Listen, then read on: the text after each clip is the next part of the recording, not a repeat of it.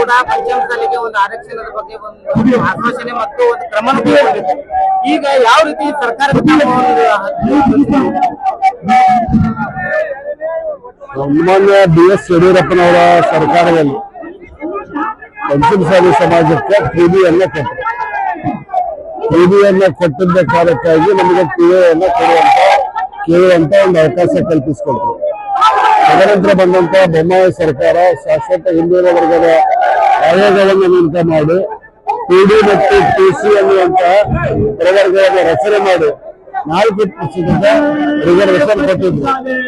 ಸರ್ಕಾರ ಅದಕ್ಕೇನು ಸ್ಪಂದಿಸ್ತಾ ಇರ್ಲಿಕ್ಕೆ ಆರೋಗ್ಯ ನೇತೃತ್ವದಲ್ಲಿ ಇವತ್ತು ಸುವರ್ಣ ಚಲೋ ಹೋರಾಟವನ್ನ 20-25 ಸಾವಿರ ಜನರೊಂದಿಗೆ ಬಿಟ್ಟಿಗೆ ಮಾಡ್ತೇವೆ.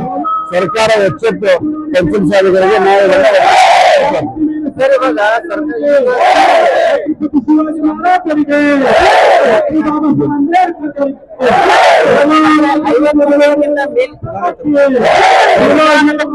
ಬಿಕ್ಕಟ್ಟಿರುವುದರಿಂದ ಒಂದು ಸಮಸ್ಯೆ ಸರ್ಕಾರ ಹಿಂದೆ ಆಗ್ತಾ ಇದೆ ಅನ್ನೋದು ಸರ್ಕಾರ ಮಟ್ಟದಲ್ಲಿ ಚರ್ಚೆ ಆಗ್ತಾ ಇದೆ.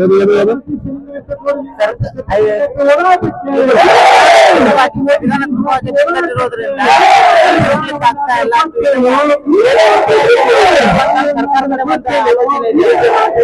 ಸಂವಿಧಾನಾತ್ಮಕವಾದಂತ ಬಿಕ್ಕಟ್ಟು ಏನೂ ಇಲ್ಲ.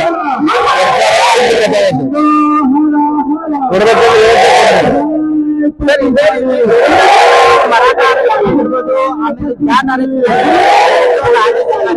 ಇದೆ. ದೇಶ ತುಂಬಾ ಒಂದು ಬಹುಸಂಖ್ಯಾತ ಸಮುದಾಯ ಕೂಡ ಒಂದು ಆರಕ್ಷಣವನ್ನ ಸರ್ಕಾರವಿರುತ್ತದೆ. ಆದ್ರೆ ಇಲ್ಲಿಯೂ ಕೂಡ ಸಂವಿಧಾನ ಬೇಕಾದಲ್ಲ ಆ ರೀತಿ ಮಾಡಲ್ಲ, ಸಂಶೋಧನೆ ಮಾಡ್ಬೇಕಾಗುತ್ತಾ? ಈಗ ಕೇಂದ್ರದ ಅಂಗಳದಲ್ಲಿ ಚಂದ ಬಿದ್ದೈತೆ. ಕೇಂದ್ರ ಅಂಗಳದಲ್ಲಿ ರಾಜ್ಯ ಅಂಗಳದೊಳಗ ಈಗಾಗಲೇ ಶಾಶ್ವತ ಹಿಂದುಳಿದ ಆಯೋಗದ ಹಿಂದಿನ ಅಧ್ಯಕ್ಷರು ಒಂದು ಮಧ್ಯಂತರ ವರದಿಯನ್ನು ಕೊಟ್ಟಾರೆ. ಅವ್ರು ಕೊಡಬೇಕಂತ ಸರ್, ಇವಾಗ ಸರ್ಕಾರ ಜೊತೆ ಯಾವ ರೀತಿ ಸಮಾಲೋಚನೆ ನಡೀತಾ ಇದೆ, ಮಾತುಕತೆ ನಡೀತಾ ಇದೆ ಸರ್? ಯಾವುದಕ್ಕೂ ಮಾತುಕತೆಗೆ ಸನ್ಮಾನ್ಯ ಸಿದ್ದರಾಮಯ್ಯ ನೇತೃತ್ವದ ಸರ್ಕಾರ ಸಿದ್ಧ ಇದೆ. ಸರ್, ಕಳೆದ ಬಾರಿ ಏನ್ ಶಾಸಕರಿದ್ರು ಅವರೇ ಇವಾಗ ಮಂತ್ರಿಗಳದಾರ, ಅವರೇ ಈ ಹೋರಾಟವನ್ನ ನೇತೃತ್ವ ವಹಿಸ್ಕೊಂಡಿದ್ರು.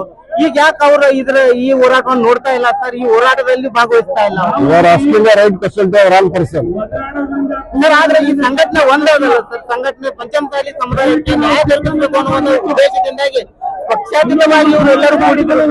ನಾನು ಯಡಿಯೂರಪ್ಪ ಮತ್ತು ಬೊಮ್ಮಾಯಿ ಸರ್ಕಾರದಲ್ಲಿ ಮಂತ್ರಿಯಾಗಿದ್ದಾಗ ಕೂಡ ಈ ಹೋರಾಟಕ್ಕೆ ಬೆಂಬಲ ಕೊಟ್ಟೇನೆ. ಅದನ್ನ ಈಗಿರೋ ಮಂತ್ರಿಗಳು ಮಾಡಬೇಕಾಗಿತ್ತು ಅಂತ ನನ್ನ ಭಾವನೆ. ಮಾಡಿದ್ರೆ ಒಳ್ಳೆಯದು, ಮಾಡ್ಲಿಕ್ಕಾದ್ರೆ ಮುಂದಿನ ದಿನಮಾನಗಳಲ್ಲಿ ಸರ್, ಸಮುದಾಯದ ಮುಖಂಡರಾಗಿ ಅವ್ರಿಗೆ ಏನ್ ಹೇಳಕ್ ಬಯಸ್ತಾರೆ? ಸಮುದಾಯದ ಜೊತೆಗೆ ನಿಲ್ರಿ, ಅಧಿಕಾರ ಶಾಶ್ವತ ಅಲ್ಲ, ಸಮುದಾಯ ಶಾಶ್ವತ ಅಲ್ಲ ಅಂತ ಮಾತನಾಡ್ತಾರೆ.